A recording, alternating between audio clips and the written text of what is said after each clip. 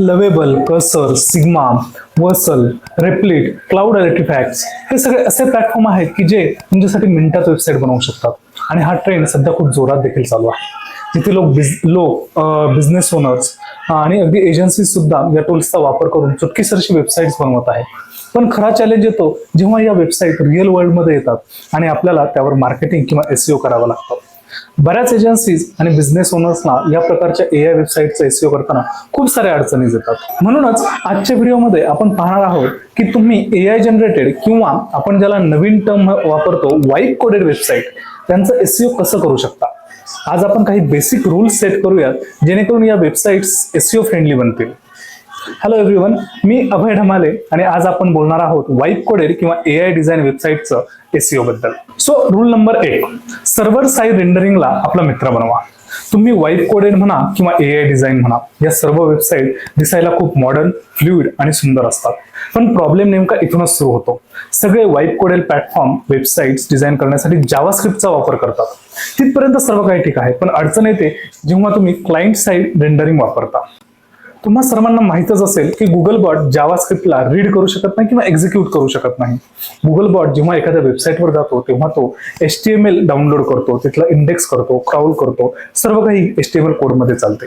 पण JavaScript execute करायला Google बॉटला खूप साऱ्या अडचणी येतात. म्हणूनच यासाठी खूप जास्त वेळ देखील लागू शकतो. आता होतं काय की हे एआय बिल्डर्स तुमची पूर्ण वेबसाईट जावास्क्रिप्ट मध्ये बनवतात आणि HTML कोड सर्वात खाली ठेवतात. गुगल बॉट पहिल्यांदा येतो तेव्हा त्याला तिथे काहीच HTML कोडिंग मध्ये दिसत नाही आणि काही आठवड्यांनी ज्यावेळेस जावास्क्रिप्ट लोड होतं तोपर्यंत खूप उशीर झालेला असतो. म्हणतात ना, पीक जळाल्यावर पाणी मारून काय फायदा. सो मेक शुअर की तुम्ही जो काही प्लॅटफॉर्म वापरत आहात त्याला आधीच प्रॉम्प्ट द्या की मला सर्व्हर साइड रेंडरिंग वापरायची आहे, जेणेकरून गुगल बॉट जेव्हा येईल तेव्हा त्याला सर्व डेटा हा HTML फॉर्म मध्ये आधीच रेडी असेल, जेणेकरून त्याला तो एक्झिक्यूट करायला म्हणजेच रीड करायला सोपं जाईल. Rule number 2, URL customisation. AI website बिल्डर्सना URL स्ट्रक्चर समजत नाही आणि त्यांना त्याची गरजही वाटत नाही, कारण ते फक्त कोडिंगसाठी बनवलेत. ते URL खूप फ्लॅट ठेवतात आणि हवे तसे बनवतात, ज्याचा एसईओशी काहीही संबंध नसतो. आणखी एक मोठी चूक हे प्लॅटफॉर्म करतात ती म्हणजे ट्रेलिंग स्लॅश, कन्सिस्टंट न ठेवणे. काही URLsच्या शेवटी स्लॅश असतो, काहींच्या नसतो. त्यांना काहीही फरक पडत नाही, कारण ते शेवटी एआय आहे. पण तुमच्या एसईओला मात्र फरक पडतो. म्हणून या सर्व गोष्टींची काळजी घ्यायला हवी. तिसरी चूक म्हणजे URLच्या मध्ये हॅशटॅग्स वापरणे. जर मध्ये मध्ये हॅशटॅग असला तर URL तिथेच ब्रेक होतो आणि गुगल त्याला क्रॉल करू शकत नाही. त्यामुळे तुमच्या प्रॉम्प्ट्स मध्ये आधीच सांगा की URLs क्लीन असाव्यात, त्यात कुठेही ट्रेलिंग स्लॅश किंवा हॅशटॅग बिलकुलही नसावा. Rule number 3, unique Meta title आणि डिस्क्रिप्शन. प्रत्येक पेजचा स्वतःचा मेटा टायटल, मेटा डिस्क्रिप्शन असायलाच हवा. जावास्क्रिप्ट प्लॅटफॉर्म मध्ये अनेकदा काय करतात, ते रूट फोल्डरवरून एकच टायटल आणि डिस्क्रिप्शन सगळ्या पेजवर इम्प्लिमेंट करून टाकतात. त्यामुळे खूप साऱ्या पेजेसचे मेटा टॅग्स सेम असतात. त्यामुळे तुम्हाला ही खात्री करावी लागेल की प्रत्येक पेजसाठी हे युनिक टायटल आणि डिस्क्रिप्शन हे सेपरेट आणि युनिक असायला हवं. Rule number 4, canonical tags. प्रत्येक पेजवर स्वतःचा कॅनॉनिकल टॅग असणे खूप आवश्यक आहे. याला सेल्फ रेफरन्सिंग कॅनॉनिकल असे देखील म्हणतात. यासोबतच एक सर्वात महत्त्वाची गोष्ट, जर तुमच्या वेबसाईटवर क्वेरी पॅरामीटर्स वाले URLs असतील तर त्यांना मूळ क्लीन URL ला कॅनॉनिकल दाखवले पाहिजे, स्वतःला नाही. एआय टूल्स अजूनही या छोट्या मोठ्या चुका स्वतःहून परफेक्ट करत नाहीत. त्यामुळे तुम्हाला हे सर्व काही मॅन्युअलीच करावं लागेल किंवा प्रॉम्प्ट देखील त्या पद्धतीने द्यावा लागेल. बट हे प्रॉम्प्ट देऊन देखील बऱ्याचदा हे एआय टूल्स या चुका करतातच. रूल नंबर 5, फेविकॉन बदला. मेक शुअर की तुमच्या वेबसाईटचा फेविकॉन म्हणजेच तुमच्या वेबसाईटचा आयकॉन हा व्हाईट किंवा Next.js चा लोगो नाहीये. हे एआय बिल्डर्स खूप हुशारीने हे लोगोज डिझाईन करतात, पण फेविकॉन मध्ये ते द्यायला विसरतात. हे गुगलच्या नजरेत एक रेड अलर्ट आहे आणि त्यामुळे तुमची ब्रँडिंग देखील हॅम्पर होऊ शकते. त्यामुळे तिथे तुमच्या स्वतःचा ब्रँडचा लोगो हा असायलाच पाहिजे. पुढचा रूल म्हणजे ॲक्युरेट साइटमॅप. तुमचा sitemap.xml नेहमी ॲक्युरेट असला पाहिजे. हे प्लॅटफॉर्म्स अनेकदा साइटमॅप जनरेट करतात जे स्टॅटिक पेजेस तर ऍड करतात, पण जे पेजेस नंतर डायनॅमिकली डेटाबेस मधून तयार होतात ते मिस होऊन जातात.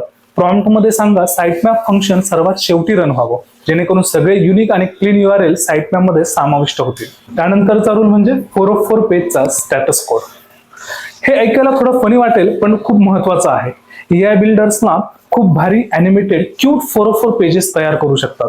पण हे चेक करा की त्या पेजचा HTTP स्टेटस स्कोर खरोखरच 404 आहे की नाही. जर तो कोड 200 असेल तर गुगल सर्च कन्सोलमध्ये तुम्हाला सॉफ्ट 404 ची एक मोठी एरर दिसेल आणि तुम्ही त्रस्त व्हाल. पेज कसंही दिसू दे, कोड हा 404 चाच हवा. नेक्स्ट रूल, रिडायरेक्ट चेंज टाळा. कोडिंग करताना जेव्हा तुम्ही AI ला काही चेंजेस करायला सांगता तेव्हा ते बऱ्याचदा जुनं URL नव्या URL वर सहज रिडायरेक्ट करून टाकतं. युजरला तर फायनल पेज नीट दिसतं, पण यामुळे रिडायरेक्ट चेंज तयार होत असतात. जर तुमची वेबसाईट मोठी असेल तर यामुळे तुमचं क्राउड बजेट वाया जातो आणि पेजेसची क्लिक डेप्थ देखील वाढते, ज्याचा SEO वर वाईट परिणाम होतो. Href सारखे टूल्स हे वापरून नक्की चेक करा. सर्वात महत्वाचा पुढचा रूल म्हणजे कोर वेब व्हायटल्स. AI खूप सुंदर वेबसाईट बनवतं यात शंका नाही, पण ती सुंदर डिझाईन देण्यासाठी ते जगभरातल्या नको त्या लायब्ररीज आणि कोड एलिमेंट्स इम्पोर्ट करून ठेवतात. यामुळे तुमची वेबसाईट हेवी होते आणि कोर वेब व्हायटल्सचा स्कोर खूप खराब होतो. वेबसाईट फायनल झाल्यावर जे काही कोड्स, जावास्क्रिप्ट, CSS एलिमेंट्स हे अनयुज्ड आहेत ते काढून टाका, जेणेकरून तुमचा स्पीड हा 90+ राहील. त्या पुढचा रूल म्हणजे 1 पेज 1 H1 टॅग. प्रत्येक पेजवर फक्त एकच H1 टॅग असावा. हे AI टूल्स अनेकदा डिझाईन किंवा फॉन्ट मोठा दिसण्यासाठी एकाच पेजवर 3 ते 4 H1 टॅग्स वापरतात, पण SEOच्या दृष्टीने ते चुकीचे आहे. हेडिंगचा सिक्वेन्स नेहमी H1 नंतर H2 मग H3 H4 असाच असायला हवा. शेवटचा म्हणजे the golden rule, AI design चालेल पण AI कंटेंट बिलकुलही चालणार नाही. या सर्व 10 ते 12 नियमांच्या व्यतिरिक्त एक असा गोल्डन रूल आहे जो कधीच विसरू नका. वेबसाईट डिझाईन AI कडून करून घ्या, पण त्यावरील कंटेंट AI कडून लिहू नका. कंटेंट हा वेबसाईटचा आत्मा म्हणजे सोल आहे. तो नेहमी ह्युमन रिटर्न असायला हवा आणि व्यवस्थित एडिट आणि व्हेरीफाय केलेला असायला हवा. जर तुम्ही 100% AI जनरेट कंटेंट टाकला तर वरचे 10 पैकी 10 स्टेप जरी तुम्ही फॉलो केले तरीही तुमची वेबसाईट ही रँक होणारच नाही. सो या सर्व गोष्टींची काळजी घेतली तर तुमचा वाईब कोडेड किंवा AI वेबसाईट गुगलवर नक्की धुमाकूळ घालेल. तुम्ही कधी AI वापरून वेबसाईट बनवली आहे का? कमेंट सेक्शन मध्ये मला नक्की सांगा. आणि व्हिडिओ जर आवडला असेल तर लाईक करा आणि शेअर देखील करा. Keep learning, keep practising. मी आहे अभय ढमाले. भेटूया पुढच्या व्हिडिओमध्ये. धन्यवाद.